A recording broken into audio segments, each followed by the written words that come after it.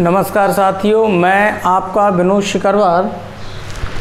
आज दोस्तों हम एक लंबे समय के बाद अपने YouTube चैनल पर आए हैं और आप लोगों को जानकर इस बात की खुशी होगी कि ये जो हमने बुकलेट सभी स्टूडेंट को जो परचेस करवाए थे, ये बुकलेट हमने जो CDP के पूरे सिलेबस के पैटर्न पर आधारित थे, जो चैप्टर्स छूटे हुए थे, इन बुकलेट के माध्यम से मैंने आप लोगों को बोला था कि हम सिलेबस को आगे उसी क्रम में बढ़ाएंगे। तो आज हम इस बुकलेट के हिसाब से इसके पेज नंबर यानी पेज नंबर 7 पर हम चल रहे थे। 7, 8 और 9 इन 3 पेज की चर्चा करेंगे इस वीडियो में। और पेज नंबर 7, 8, 9 में क्या दिया हुआ है, देखो सबसे पहले हम देखते हैं पेज नंबर 7। देखिए पेज नंबर 7 दोस्तों ध्यान देना है, मैं आपको वीडियो के माध्यम से कि थोड़ी बहुत जो टाइपिंग में अशुद्धियाँ होंगी उनको भी साथ साथ क्लियर करवाता चलूँगा और जो अपडेट मैटर दूंगा उसको भी साथ साथ नोट करवाता चलूँगा। तो अब हम शुरुआत करते हैं पेज नंबर 7 यानी पेज नंबर 7 की चर्चा करते हैं। और पेज नंबर 7 में अपना क्या दिया हुआ है, पेज नंबर 7 में दिया हुआ है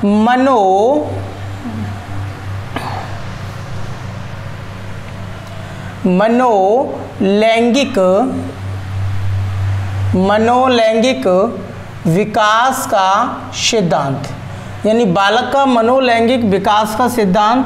इसे अंग्रेजी में बोलते हैं अपन साइको सेक्सुअल डेवलपमेंट थ्योरी।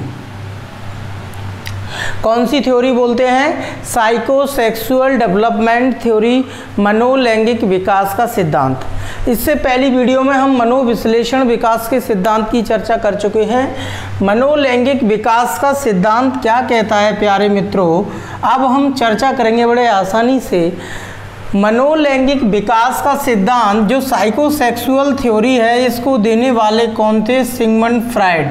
आप जानते हैं कि सिगमंड फ्राइड वियना ऑस्ट्रिया के रहने वाले थे। सिगमंड फ्राइड के द्वारा मनोलैंगिक विकास के सिद्धांत का प्रतिपादन किया गया है। देखिए मनोलैंगिक विकास के सिद्धांत के अंतर्गत फ्राइड ने क्या बताया है अपने सिद्धांत में, तो बड़े ध्यानपूर्वक सुनेंगे।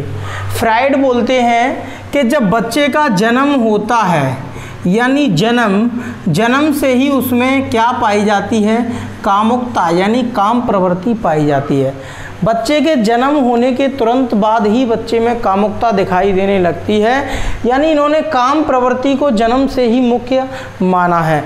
बच्चे जो भी क्रियाएं करते हैं, जो भी गतिविधि करते हैं, जिस उम्र में जैसी गतिविधि करते हैं, उसका मूल कारण, उसका मूल आधार उस बच्चे के अंदर पाई जाने वाली काम प्रवृत्ति होती है, ऐसा सिगमंड फ्राइड बताते हैं। तो क्या है, सिगमंड फ्राइड ने अपने सिद्धांत को कितनी अवस्थाओं में विभाजित किया है मनोलैंगिक विकास के सिद्धांत को? तो इन्होंने 5 अवस्थाओं में विभाजित किया है। तो दोस्तों हम पहले 5 अवस्थाओं को एक एक करके बड़े आसानी से पढ़ेंगे डिटेल से। देखिए सबसे पहली अवस्था है जिसका नाम है यानी मुखीय अवस्था। सबसे पहली अवस्था है जिस अवस्था का नाम है मुखीय अवस्था। मुखीय अवस्था जिसको अंग्रेजी में बोलते हैं अपन ओरल स्टेज। इस अवस्था की जो अवधि होती है, यानी जो मुखीय अवस्था की अवधि होती है, जो जन्म से लेकर के अपना 1 वर्ष तक, यानी कई बुकों में 18 माह भी मिलेगा, कोई दिक्कत नहीं है। जन्म से लेकर के 1 वर्ष तक इसकी अवधि होती है मुखीय अवस्था की। जन्म से लेकर के 1 वर्ष तक, यानी 0 to 1 ईयर चलती है ओरल स्टेज। अब अपन बड़े आसानी के साथ पढ़ेंगे मुखीय अवस्था में, ओरल स्टेज में। सिगमंड फ्राइड कहते हैं कि मुखीय अवस्था यानी इस उम्र में जब बच्चे का जन्म होता है, जन्म से लेकर के 1 साल के अंदर उसकी जो कामुकता होती है, जो सेक्सुअलिटी है, यानी फ्राइड यही तो कहते हैं कि जो बच्चे की सेक्सुअलिटी है, इस सेक्सुअलिटी को शांत कैसे करता है? कामुकता को शांत कैसे करता है, तो वो करता है, उसका मुख्य अंग कौन होता है, बॉडी का जो मुख्य अंग कौन होता है, उसका मुख होता है। क्या होता है मुख्य अंग उसका? मुख। यानी मुख के द्वारा अपनी सेक्सुअलिटी को शांत करता है, अपनी कामुकता को शांत करता है, यानी उसका मुख अंग होता है प्रमुख। यानी ये मुख के द्वारा कैसे करता है? मुख के द्वारा देखो, बच्चे को चप्पल मिल जाए तो चप्पल को चूसने लगे, जो भी चीज़ उसके हाथ में दे दो वो उसी को चूसने लगेगा, चाहे खिलौना हो, चाहे चप्पल हो, चाहे XYZ कोई भी वस्तु हो, वो प्रत्येक वस्तु को हाथों में पकड़ता है, हाथों में पकड़ने के बाद वो अपने मुंह की ओर ले जाता है।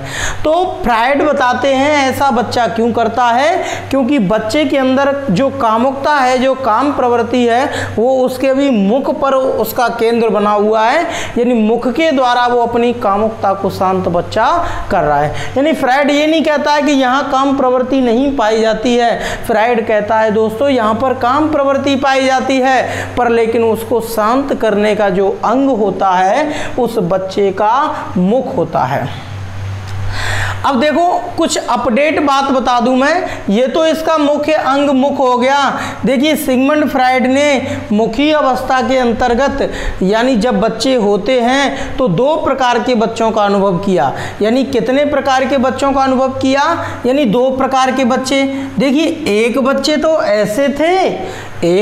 ऐसे थे जो कि किसी चीज़ को मुंह से लगाते हैं और तेज़ी से काट लेते हैं, चाहे तुमको भी काट लें, यानी कोई भी वस्तु हो दांतों से तेज मिसलते हैं। और एक बच्चे ऐसे होते हैं जो मुख से लगाते हैं, उसको दांतों से तेज नहीं मसलते हैं।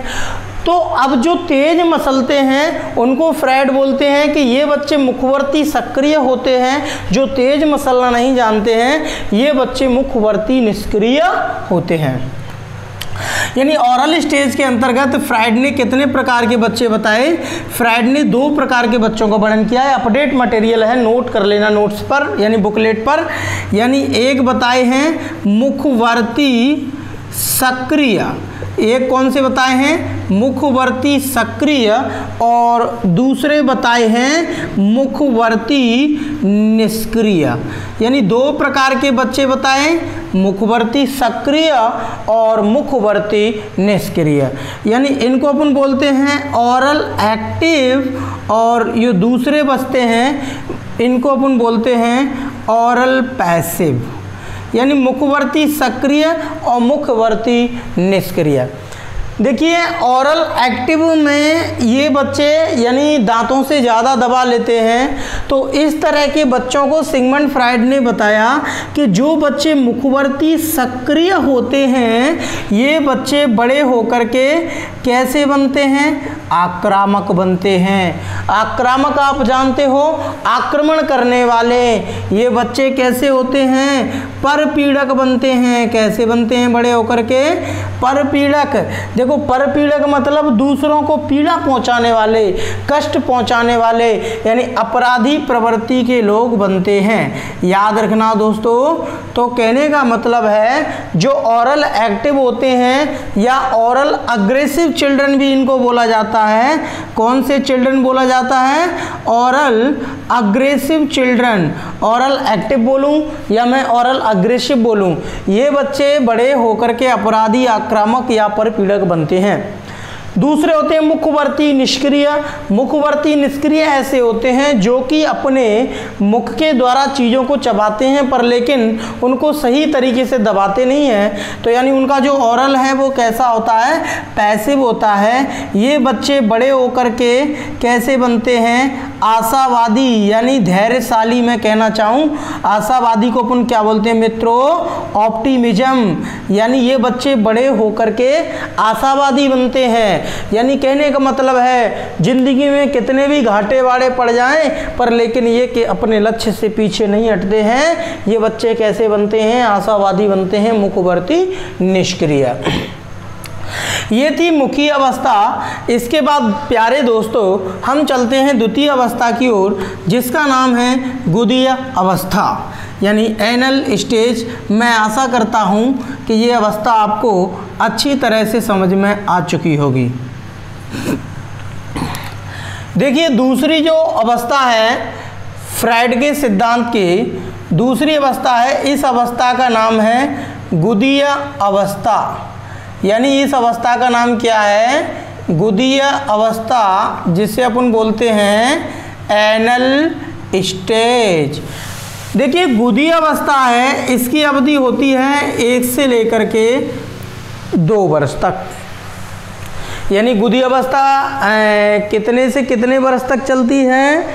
जो गुदी अवस्था है जो अपनी 1 वर्ष तक तो वो थी, यानी 2 से लेकर के 3 वर्ष तक चलती है अपनी गुदी अवस्था।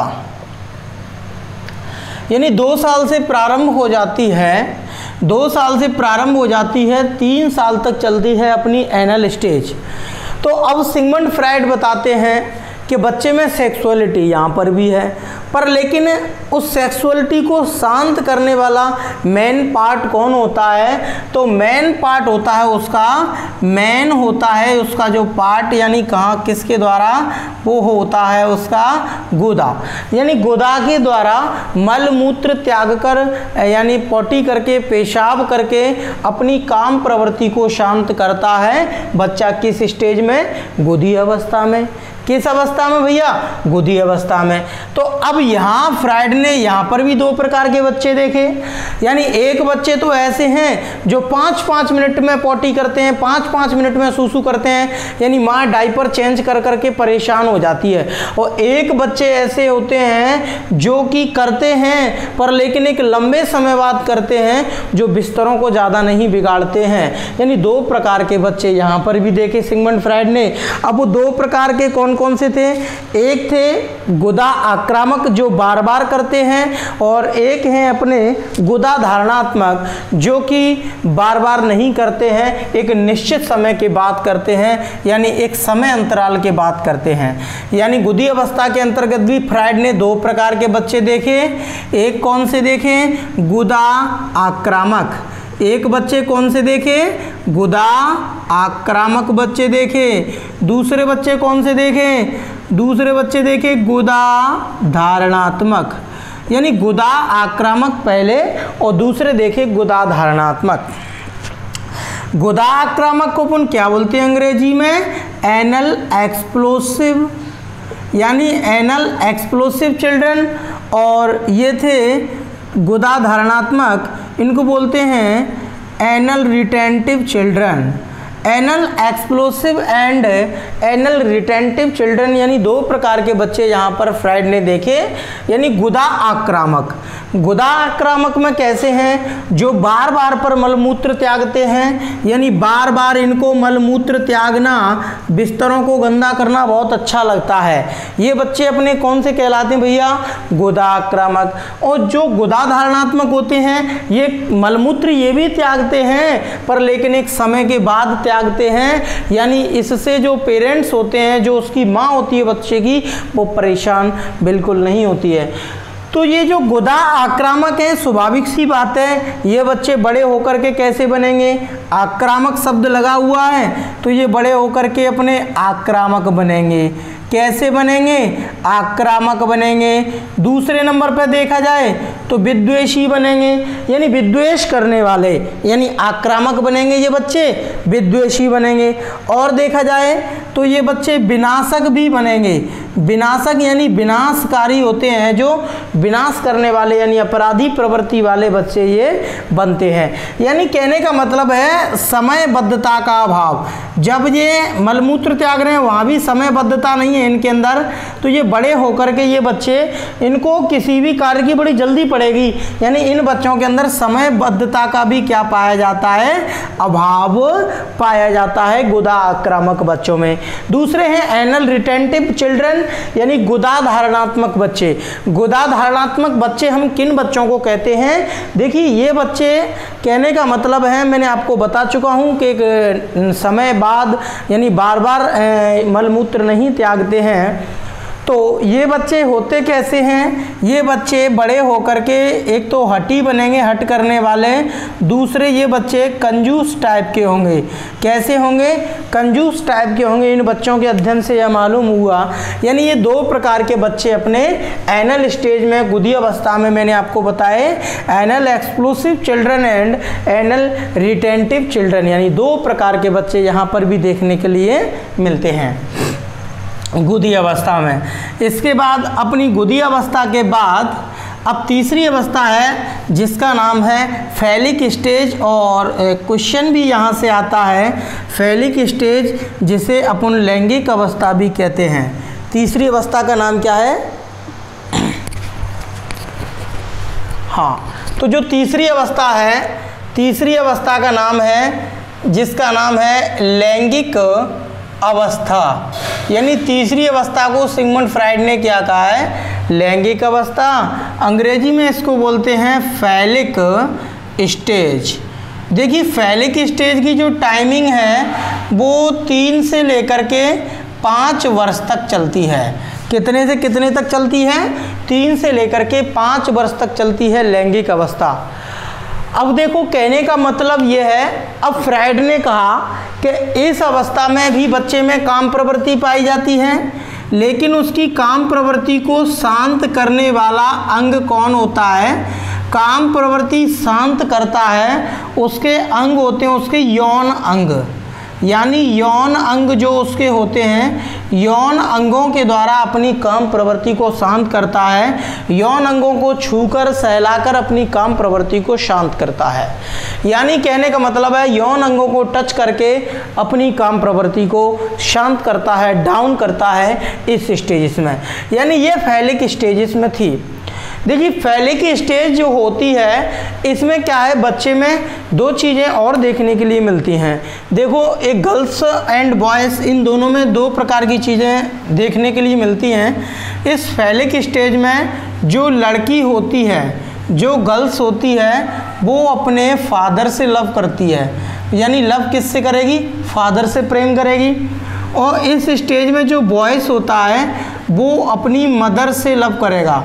किससे लव करेगा, मदर से लव करेगा।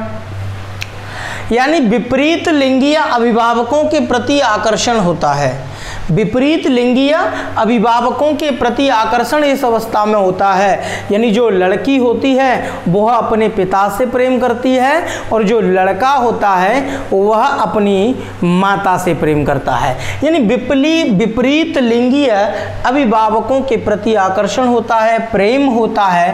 पर ऐसा होता क्या है, अब मैं आपको बात बता दूं कि यहाँ पर बच्चों के अंदर 2 प्रकार की ग्रंथियां होती हैं। यानी जो लड़की होती है इसके अंदर एक ग्रंथि होती है जिसका नाम है इलेक्ट्रा कॉम्प्लेक्स, लड़की के अंदर पाई जाती है इलेक्ट्रा कॉम्प्लेक्स। जो बॉयज़ होते हैं लड़के, उनके अंदर पाई जाती है ओडिपस कॉम्प्लेक्स, यानी Electra complex and Oedipus complex, ये 2 ग्रंथियां होती हैं। देखिए इलेक्ट्रा कॉम्प्लेक्स, दूसरी है ओडिपस कॉम्प्लेक्स। इलेक्ट्रा कॉम्प्लेक्स यानी 2 प्रकार की ग्रंथियां, ध्यान रखना दोस्तों, ये ग्रंथियां शारीरिक नहीं होती हैं, ये ग्रंथियां हमारी भावनाओं से जुड़ी होती हैं, हमारे मन से जुड़ी होती हैं। तो यानी ये ग्रंथि होती हैं, इन ग्रंथियों को अपन मनोग्रंथि कहते हैं, यानी मन की ग्रंथियां होती हैं Electra complex and Oedipus complex. ये आपको बायोलॉजी में पढ़ने के लिए नहीं मिलेंगी, यह ना तो अंतःस्रावी ग्रंथियों में मिलेगी, ना बहिःस्रावी ग्रंथियों में मिलेगी, ना ही नलिका विहीन ग्रंथियों में मिलेगी। लेकिन ये जो ग्रंथि है Electra complex and Oedipus complex, ये हमारी मन की ग्रंथियां होती हैं, मन में एक हमारी मानसिकता बन जाती है। यानी फ्राइड ने जो लड़कियों के अंदर जो मन का झुकाव पिता के प्रति होता है उसको इलेक्ट्रा मनोग्रंथि कहा, और जो लड़कों के अंदर जो माता के प्रति झुकाव होता है उसको ओडिपस मनोग्रंथि कहा। तो ध्यान रखना इन दोनों ग्रंथियों के द्वारा ऐसा होता है। अब बात करते हैं हम चौथी अवस्था की। ये थी अपनी तीसरी अवस्था, इसके बाद चर्चा करते हैं अपन चौथी अवस्था।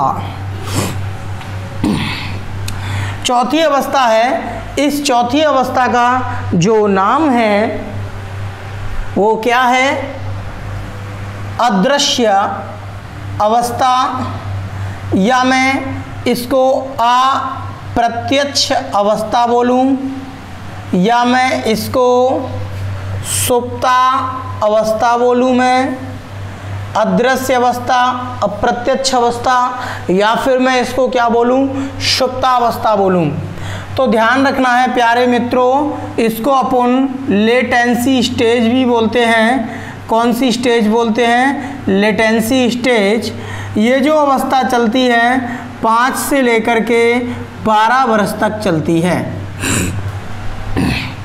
अब देखिए, ध्यान रखने वाली बात यह है कि सिगमंड फ्रायड के सिद्धांत की 5 अवस्था हैं। इन 5 अवस्था में से फ्रायड ने केवल एक अवस्था में काम प्रवृत्ति को नहीं माना है, वो अवस्था है अदृश्य अवस्था या अप्रत्यक्ष अवस्था। यानी यहाँ पर काम प्रवृत्ति दृश्य नहीं, दिखाई नहीं देती है, प्रत्यक्ष हमारे नहीं होती है, काम प्रवृत्ति सुप्त पाई जाती है। यानी कहने का मतलब है यहाँ पर काम प्रवृत्ति नहीं पाई जाती है। फ्रायड कहते हैं यहाँ पर काम प्रवृत्ति नहीं पाई जाती है। तो जब काम प्रवृत्ति नहीं पाई जाती है तो बच्चे यहाँ पर रचनात्मक कार्य करते हैं। रचनात्मक यानी नए नए कार्यों को करते हैं, यहाँ पर विधायक कार्यों को करते हैं बच्चे यहाँ पर। और देखा जाए तो बच्चों में विद्यालय के प्रति रुचि बढ़ जाती है, यानी विद्यालय के प्रति रुचि बढ़ जाती है। विधायक यानी रचनात्मक यानी सृजनात्मक कार्यों को बढ़ावा देते हैं।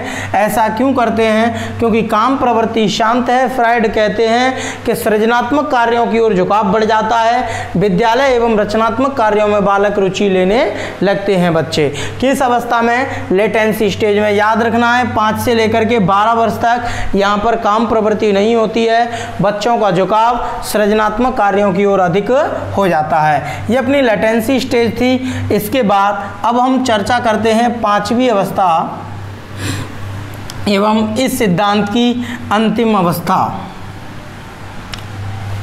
ठीक है क्या? इस सिद्धांत की 5वीं अवस्था एवं अंतिम अवस्था।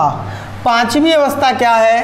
5वीं अवस्था को अपन जननेंद्रिय अवस्था भी कहते हैं। कौन सी अवस्था बोलते हैं? जननेंद्रिय अवस्था, जेनिटल स्टेज इसको बोला जाता है।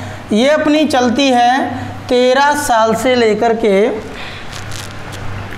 यानी 12 साल से लेकर के अधिक जो उम्र होती है उस उम्र में कौन सी अवस्था चलती है? जननेंद्रिय अवस्था, जेनिटल स्टेज चलती है, जेनिटल स्टेज। देखिए इस अवस्था के अंतर्गत होता क्या है? फ्रायड कहते हैं कि पुनः काम प्रवृत्ति का जागरण हो जाता है। पुनः जो सेक्सुअलिटी होती है उस सेक्सुअलिटी का जागरण हो जाता है। लेकिन इस सेक्सुअलिटी को रिड्यूस करने का जो पार्ट कौन होता है? सेक्सुअलिटी रिड्यूस किस चीज़ से की जाती है? तो सेक्सुअलिटी जो रिड्यूस की जाती है वो किसके द्वारा की जाती है? संतान उत्पत्ति के द्वारा। यानी विषम लिंगीय आकर्षण बढ़ जाता है, और विषम लिंगीय आकर्षण होने पर यानी संतान उत्पत्ति के द्वारा बालक यानी वयस्क यहाँ पर अपनी काम प्रवृत्ति को शांत करता है। ये जननेंद्रिय अवस्था के अंतर्गत सिगमंड फ्रायड ने बोला है, जेनिटल स्टेज। दोस्तों ये था सिगमंड फ्रायड का मनोलैंगिक विकास सिद्धांत। इसके बाद अब हम चर्चा करते हैं पेज नंबर 8 की। देखिए पेज नंबर 8 पर जो सिद्धांत दिया हुआ है वो दिया है विश्लेषण सिद्धांत। पेज नंबर 8 पर सिद्धांत दिया गया है जिसका नाम है विश्लेषण सिद्धांत, यानी इसको अपन एनालाइसिस थ्योरी भी बोलते हैं। कौन सी थ्योरी बोलते हैं? Analysis theory. एनालाइसिस थ्योरी किसकी है? कार्ल युंग, यानी कार्ल युंग बोलूँ मैं, कार्ल जुंग बोलूँ, एक ही बात है। देखिए कार्ल गुस्ताफ युंग के द्वारा विश्लेषण सिद्धांत का प्रतिपादन किया गया है। देखिए विश्लेषण सिद्धांत युंग ने क्यों दिया? क्योंकि जो फ्रायड के चेले थे युंग, ये सिगमंड फ्रायड के शिष्य थे कार्ल गुस्ताफ युंग। ये एक देखा जाए तो फ्रायड के ही शिष्य थे, लेकिन ये अपने गुरुजी की एक बात से बिल्कुल सहमत नहीं थे। वो बात कौन सी थी? वो बात थी शैशव कामुकता। जो इन्फेंसी सेक्सुअलिटी है अपनी, शैशव कामुकता वाली बात से बिल्कुल सहमत नहीं थे। यानी इनके गुरुजी बोलते थे कि बच्चों में जो शैशवावस्था होती है उस अवस्था में भी काम प्रवृत्ति पाई जाती है, लेकिन ये कहते थे युंग के बच्चों में शैशवावस्था में काम प्रवृत्ति नहीं पाई जाती है। ये शैशव कामुकता वाली बात से डिसएग्री हो गए। डिसएग्री होने के बाद इन्होंने एक अपना नया सिद्धांत दिया। इस सिद्धांत का नाम पड़ा विश्लेषण सिद्धांत, यानी एनालाइसिस थ्योरी। देखिए, एनालाइसिस थ्योरी के अंतर्गत जो कार्ल गुस्ताव युंग हैं, इन्होंने 9 प्रत्यय दिए हैं। 9 शब्दों का चर्चा करूंगा मैं, केवल एक शब्द को बहुत अच्छी तरीके से एक एक शब्द को समझाऊंगा। यानी पहला है सबसे अहम, पहला शब्द है अहम। अहम शब्द यानी जिसे अपन बोलते हैं ईगो। ईगो क्या है? देखो, ईगो किसे कहते हैं? ईगो का संबंध व्यक्ति के कॉन्शियस माइंड से होता है, यानी चेतन मन से होता है। किससे होता है? चेतन मन से होता है। व्यक्ति के जो वास्तविक यानी जो जागृत अवस्था में अभी मैं जो पढ़ा रहा हूँ, पढ़ाते समय मेरे मन में जो विचार आ रहे हैं, तो अभी मैं ईगो की कंडीशन में हूँ, यानी इसका संबंध हमारे चेतन मन से होता है। जब व्यक्ति जागृत अवस्था में होता है, उस व्यक्ति के अंदर जो विचार चलते हैं, उन विचारों को क्या कहा जाता है? यानी ईगो की संज्ञा थी। ईगो के बाद दूसरा इनका कॉन्सेप्ट है व्यक्तिगत अचेतन। देखो, व्यक्तिगत अचेतन यानी बोला जाए तो यानी पर्सनल अनकॉन्शियस इसको बोलते हैं। व्यक्तिगत अचेतन क्या होता है? व्यक्तिगत अचेतन में यानी कार्ल युंग बोलते हैं कि ये प्रत्येक व्यक्ति में अलग अलग होता है, प्रत्येक व्यक्ति में अलग अलग होता है और प्रत्येक व्यक्ति के अचेतन मन में। देखो, मेरी बात सुनना पहले। मेरी ज़िंदगी की कुछ इच्छाएं होंगी जो मैंने पूरी नहीं कर पाई, यानी मेरी कुछ इच्छाएं थी जो मैंने पूरी नहीं कर पाई, तो वो मेरे अचेतन मन में चली गई। आप लोगों में से जैसे इस वीडियो को देखने वाले जितने भी प्रतिभागी हैं, जितने भी स्टूडेंट हैं, प्रत्येक की इच्छा अलग अलग है भाई। प्रत्येक की, यानी किसी की नौकरी की इच्छा है, किसी की इच्छा ये है कि वो जिस लड़की को चाहते थे उससे शादी नहीं हो पाई, वो उसका विचार अचेतन मन में चला गया। यानी हर इंसान की अलग अलग इच्छाएं हैं और जिन इच्छाओं की हम वास्तविक जगत में पूरा नहीं कर पाते, जिन इच्छाओं का, वह इच्छाएं अपनी चेतन मन से अचेतन मन की ओर पलायन कर जाती हैं। तो अब प्रत्येक व्यक्ति के अचेतन मन में अलग अलग इच्छाएँ हैं, अलग अलग, हर किसी की अलग अलग इच्छा है भाई।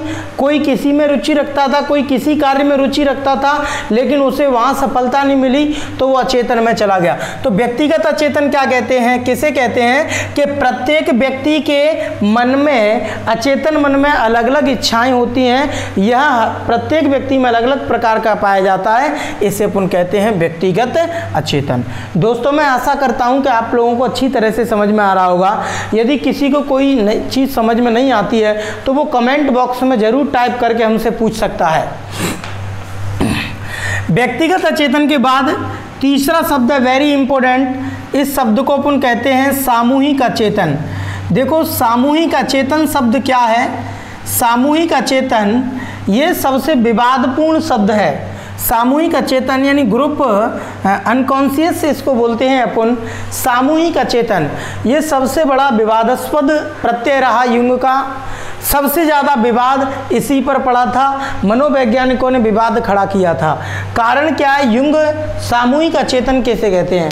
सामूहिक अचेतन किसे कहा जाता है? बड़ी ध्यान से सुनना मेरे एक एक शब्द को, और ये शब्द आपके जहन तक नहीं उतरे तो बताना। जैसे मैं हूँ, मैं अपना उदाहरण आपको दे रहा हूँ, या आप हैं, आपकी संतान पैदा हुई, आपके जो मान के चलो कि तुम्हारी इच्छा थी किसी की, यानी तुम्हारी इच्छा थी कि मेरे पास बहुत सारा पैसा हो, बहुत सारा पैसा हो, यानी BMW कार हो, बंगला हो, बहुत सारा, यानी मैं धनवान बनूँ एक तरीके से, ये तुम्हारी इच्छा थी। लेकिन परिस्थितियों ने, यानी भाग्य ने, कर्म ने आपका, यानी आपने उस, यानी आपके भाग्य ने आपका सहारा नहीं दिया, भाग्य ने आपका साथ नहीं दिया, तो आप उतने पैसे वाले नहीं बन पाए।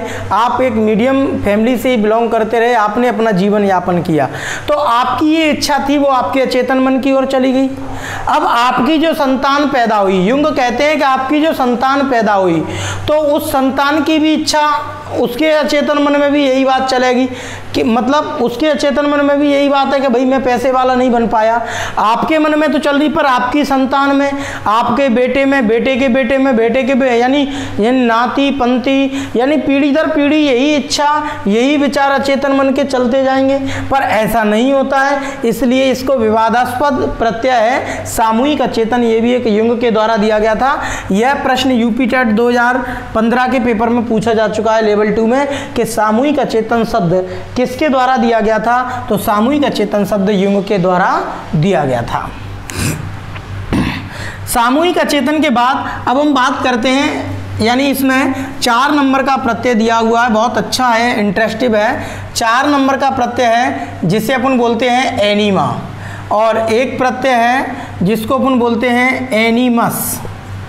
एनीमा और एनीमस 2 कॉन्सेप्ट हैं, ध्यान रखना। एनीमा किसे कहते हैं? एनीमा का मतलब देखो, आपको अपने मोहल्ला में 2-4 ऐसे मिल जाएंगे जिनसे अपन जनानो बोलते हैं, भाई जनाना है वो तो, यानी कुछ लड़के होते हैं वो किसकी बनने की इच्छा रखते हैं? लड़की।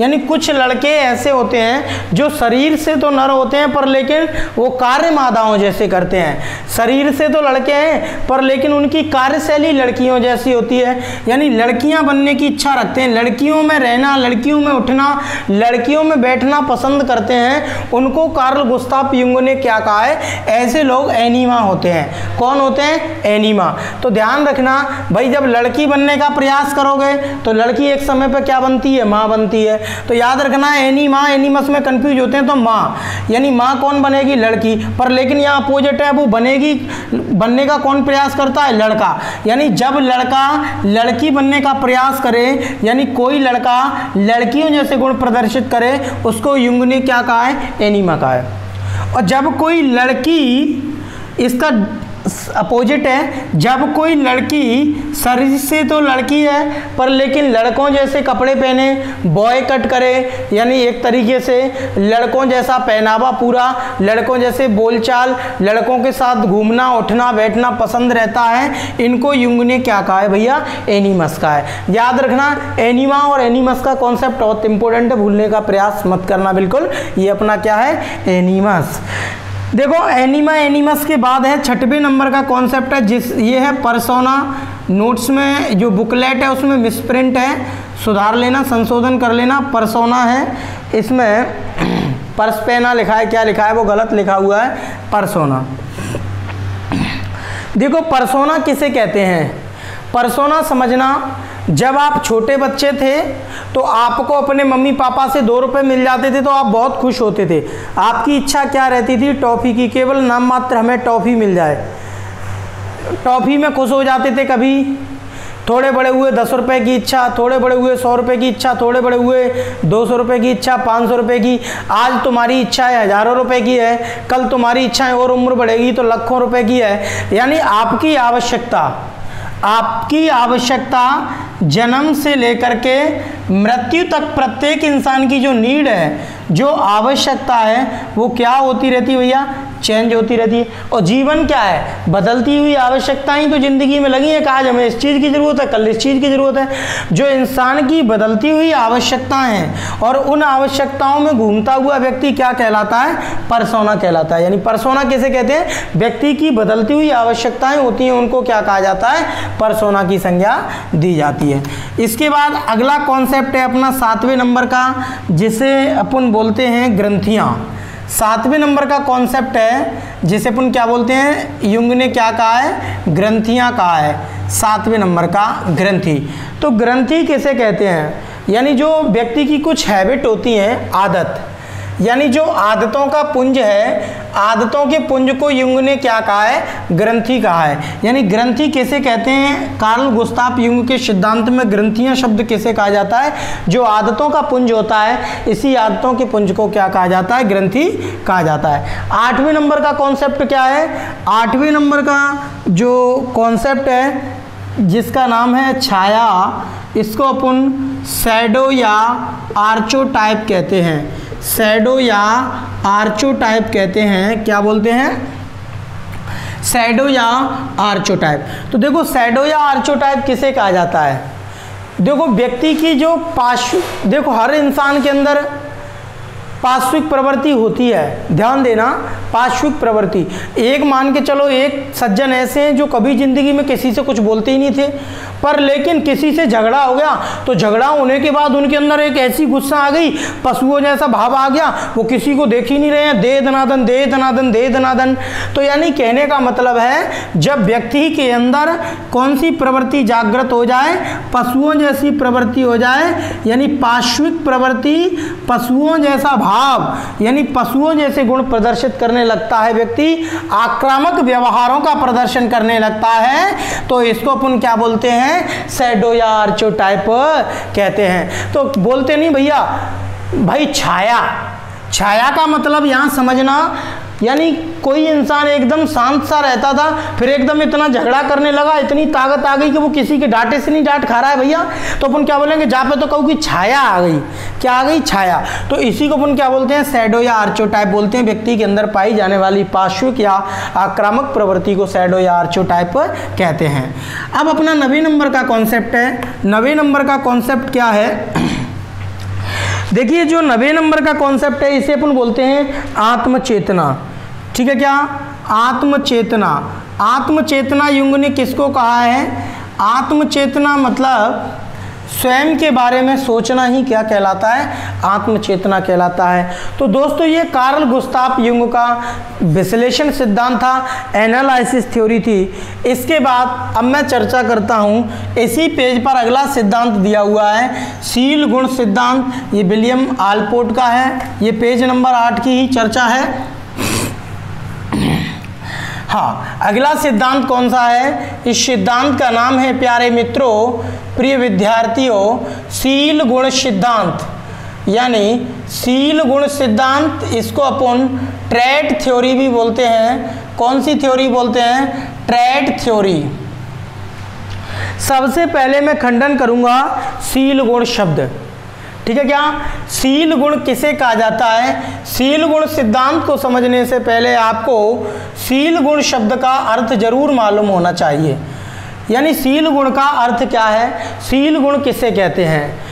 देखो, मेरा जैसा व्यवहार है वो किसके द्वारा दिखाई दे रहा है? मेरे शील गुणों के द्वारा। आपका व्यवहार मुझे दिखाई दे रहा है आपके शील गुणों के द्वारा। तो कहने का मतलब शील गुण किसे कहते हैं कि व्यक्ति के व्यवहार को प्रदर्शित करने वाले जो तत्व होते हैं, व्यक्ति के व्यवहार को प्रदर्शित करने वाले जो तत्व होते हैं, इन तत्वों को अपन क्या कहते हैं? इन तत्वों को अपन शील गुण कहते हैं। यानी जो व्यक्ति का व्यवहार है, इस व्यवहार को प्रदर्शित करने वाले तत्व होते हैं, इन तत्वों को अपन क्या कहते हैं प्यारे मित्रों? शील गुण कहते हैं। यानी व्यवहार को प्रदर्शित करने वाले तत्व। अब कहने का मतलब है कि व्यक्ति के अंदर ये एक तत्व नहीं पाया जाता है, यानी व्यक्तित्व क्या है? तत्वों का एक संगठन है। अब ये जो तत्व होते हैं, एक इंसान के शरीर में काफ़ी मात्रा में होते हैं। जिस प्रकार से एक मकान को बनाने में ईंट भी लगाते हैं, पत्थर भी लगाते हैं, रोड़े भी लगाते हैं, सीमेंट भी लगाते हैं, कंक्रीट भी लगाते हैं, अलग अलग तत्वों का मिश्रण करके एक मकान की बहुत बड़ी संरचना खड़े करते हैं। तो एक मकान का एक हमें मकान दिखाई देने लगता है। उसी प्रकार मानव व्यक्तित्व में कई शील गुणों से मिलकर के मानव व्यक्तित्व का निर्माण होता है और व्यक्ति के व्यक्तित्व का पता चलता है, क्योंकि उन्हीं तत्वों के द्वारा व्यक्ति के व्यवहार का प्रदर्शन होता है।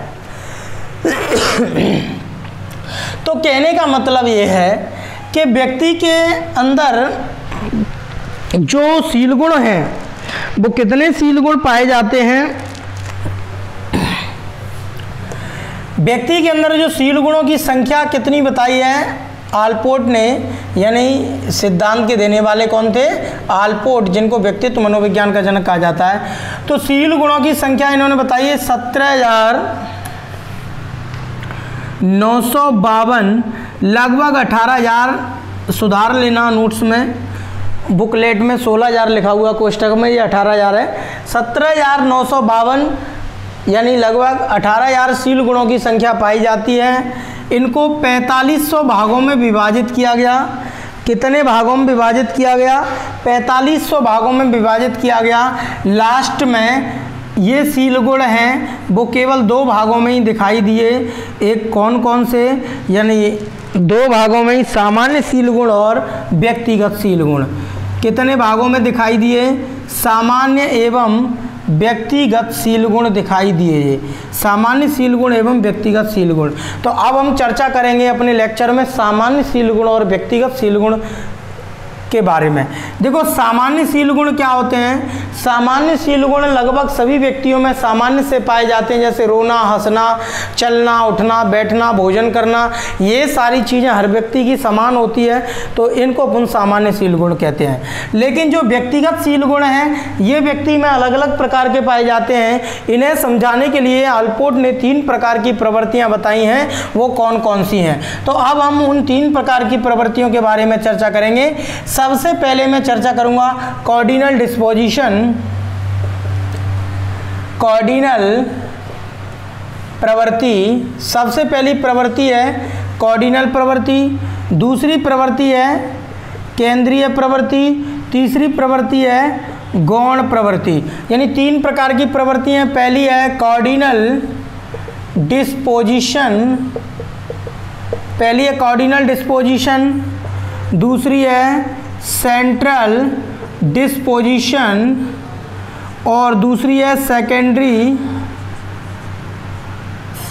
डिस्पोजिशन। यानी 3 प्रकार की प्रवृत्तियां बताएं। देखो कॉर्डिनल प्रवृत्ति क्या है? कॉर्डिनल प्रवृत्ति जन्मजात होती है। कैसी प्रवृत्ति होती है? जन्मजात, इसको बदला नहीं जा सकता है। क्या कॉर्डिनल प्रवृत्ति को बदला जा सकता है? इसको बदला नहीं जा सकता है, ये चेंजेबल नहीं होती है। जैसे देखा जाए तो जो गांधी जी थे, गांधी जी सत्य के मार्ग पर चलने वाले थे, अहिंसा का विरोध करते थे, सत्य अहिंसा, यानी गांधी जी की सत्य अहिंसा। हिटलर मरते मरते मर गया, पर लेकिन हिटलर की आक्रामकताकारी प्रवृत्ति नहीं गई। यानी पन्ना धाय मरते मरते मर गई, पर लेकिन अपने स्वामी की भक्ति यानी स्वामी भक्ति का भाव उसके अंदर से नहीं गया। यानी ये जो प्रवृत्ति होती है कॉर्डिनल प्रवृत्ति, इन प्रवृत्तियों को बदला नहीं जा सकता है। ये प्रवृत्ति जन्मजात होती है, इंसान चाह कर के भी इन प्रवृत्तियों को नहीं बदल पाता है, तो जिनको अपन बोलते हैं कॉर्डिनल डिस्पोजिशन। कॉर्डिनल डिस्पोजिशन के बाद अगली जो प्रवृत्ति है केंद्रीय प्रवृत्ति। ये लगभग सोसाइटी के अंदर 4-5 लोगों में इन प्रवृत्तियों की समानता पाई जाती है। कॉर्डिनल प्रवृत्ति, कॉर्डिनल प्रवृत्ति में जैसे देखा जाए तो अपना रोना है, हंसना है, उदासी है, मायूस होना है, ये कॉर्डिनल प्रवृत्ति में आता है। गौण प्रवृत्ति, गौण प्रवृत्ति अर्जित होती है। ये प्रवृत्ति समय के अनुसार निरंतर बदलती रहती है। यानी ये परिवर्तनशील प्रवृत्ति होती है। गौण प्रवृत्ति समय के अनुसार अर्जित होती है। अब समय के अनुसार अर्जित क्या है भाई? जब हमारा जन्म हुआ था तो हम नंगे ही थे, यानी नंगे थे, हमारे तन पर एक कपड़ा भी नहीं था। जैसे उम्र बदलती गई, पहले माँ हमें पहनाती थी, उसके बाद हम स्वयं पहनने लगे, उम्र बढ़ती गई, पहनने का तरीका बदलता गया, उम्र बढ़ती गई, केस सज्जा है, कपड़े पहनने का तरीका है, अपने शरीर की साफ सफाई है, ये सारी चीज़ें उम्र के हिसाब से बदलती रहती हैं। अभी हमारे वस्त्र, मान के चलो किसी बुड्ढे को जीन्स और टी शर्ट पहना दो जिसके बाल सफ़ेद हैं, तो लोग बात क्या है, हंसेंगे उसको देख करके कि अपने उम्र के अनुसार कपड़े नहीं पहन रहा है, क्योंकि गौण प्रवृत्ति ऐसी होती है जो समय के अनुसार बदलती रहती है। ध्यान रखना दोस्तों। ये था अपना सील गुण सिद्धांत। देखिए सील गुण सिद्धांत के बाद अब मैं चर्चा करता हूं अगला सिद्धांत। इस सिद्धांत का नाम है फैक्टर एनालिसिस थ्योरी, कारक विश्लेषण सिद्धांत। वो था केवल विश्लेषण सिद्धांत, यानी पेज नंबर 9 पर आ गए हैं। अब हम पेज नंबर 9 पर क्या है, कारक विश्लेषण सिद्धांत, कारक विश्लेषण सिद्धांत, फैक्टर एनालिसिस थ्योरी। इस सिद्धांत को देने वाले थे आरबी कैटल। आरबी कैटल के द्वारा यह सिद्धांत दिया गया था। सिद्धांत का नाम क्या है, factor analysis theory. Factor analysis theory, कारक विश्लेषण सिद्धांत आरबी कैटल के द्वारा दिया गया था। तो इन्होंने क्या है, जो व्यक्तित्व का निर्माण बताया वो किसके द्वारा बताया गया था? विशेषकों के द्वारा। यानी व्यक्ति के व्यक्तित्व में विशेषकों का अहम योगदान होता है, यानी विशेषकों से मिलकर के व्यक्ति के व्यक्तित्व का निर्माण होता है। और जो विशेषक थे, जो फैक्टर थे, वो कितने प्रकार के विशेषक बताए इन्होंने? 2 प्रकार के बताए थे। पहले बताए सतही विशेषक, दूसरे बताए स्रोत विशेषक। सतही विशेषक, स्रोत विशेषक। सतही विशेषक वो होते हैं जिनके द्वारा व्यक्ति के बाहरी व्यक्तित्व का पता चलता है। स्रोत विशेषक भी विशेषक होते हैं जिनके द्वारा व्यक्ति के आंतरिक व्यक्तित्व का पता चलता है, अंदर से उसके मन में क्या चल रहा है। यानी ये 2 प्रकार के विशेषक बताए कारक विश्लेषण सिद्धांत में आरबी कैटल के द्वारा। इसके बाद आगे की चर्चा और करते हैं इसी सिद्धांत में। देखिए, आरबी कैटल के लिए एक बहुत महत्वपूर्ण शब्द जो यानी चक्र विक्षिप्त, यानी चक्र विक्षिप्त किसे कहते हैं अपन ध्यान रखना बहुत इंपॉर्टेंट है। चक्र विक्षिप्त वे लोग होते हैं भावुक व्यक्ति एवं स्पष्ट विचारों वाले। कैसे लोगों को इन्होंने चक्र विक्षिप्त कहा? भावुक एवं स्पष्ट विचारों वाले लोग। जो भावुक होते हैं तुरंत भावनाओं में आ जाते हैं, भावनाओं में बहने लगते हैं और अपने विचारों को स्पष्ट रूप से प्रकट करते हैं, उन लोगों को चक्र विक्षिप्त कहा गया है। आरबी कैटल ने 16 PFQ यानी 16 पर्सनैलिटी फैक्टर क्वेश्चनायर यानी व्यक्तित्व प्रश्नावली, 16 व्यक्तित्व प्रश्नावली का प्रतिपादन किया है, जो कि व्यक्तित्व मापन में इसका महत्वपूर्ण योगदान रहता है। दोस्तों, ये था अपना कारक विश्लेषण सिद्धांत। अगली वीडियो में हम प्रारंभ करेंगे व्यक्तित्व मापन। जब तक के लिए नमस्कार सभी को मेरा। और मैं लास्ट टाइम ये कहना चाहूँगा, अगर हमारी वीडियो पसंद आती है, पढ़ाना पसंद आता है, तो आपको कुछ नहीं करना है, हमारी वीडियो को लाइक करना है, अपने दोस्तों के साथ शेयर करना है और चैनल को सब्सक्राइब करना है और बेल आइकन को दबाना बिल्कुल नहीं भूलना है। जब तक के लिए नमस्कार। जय हिंद, जय भारत।